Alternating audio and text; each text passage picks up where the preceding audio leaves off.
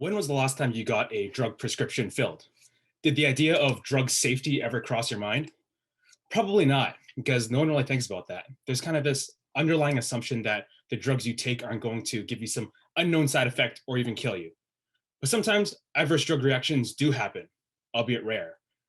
That's why my research project this summer was focused on understanding the methods used in pharmacovigilance. Simply put, that's the detection, assessment, and monitoring of drugs for potentially unknown or fatal side effects. I wanted to understand the frameworks used around the world to gauge if and when a drug recall should be conducted. By learning from the US FDA and the European Union, I wanted to know if we here in Canada could adopt a more robust system to protect patients. So, what did I learn after 4 months? Well, after learning from the US and the EU, I strongly think that our system at the moment, although it works on a surface level, requires extensive improvement and reworks.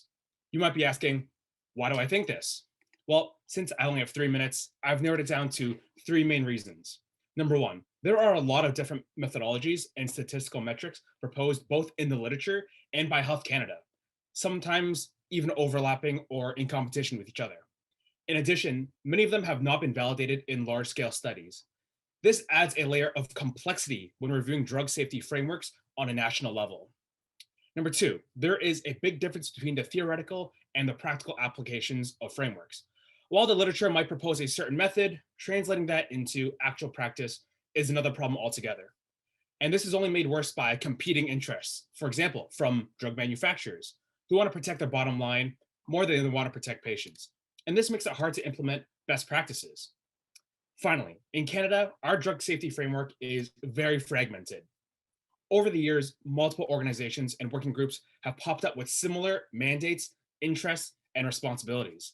This adds to the complexity on the organizational level that Health Canada needs to work and operate within. So that's why I think Canada's pharmacovigilance framework is a working but imperfect system. So, what about the impact on me? It's made me realize that public health policy, especially on the national level, requires continuous improvement. And this is based on evolving evidence, research, and industry best practices. And it's also forced me as a student to become, more engaged with the work I'm doing by diving into the literature, engaging and challenging new ideas, and also teaching myself new skill sets in the field of drug safety. So the next time you get your prescription filled, think about all the science, research, and hard work that goes into keeping you safe. Thank you.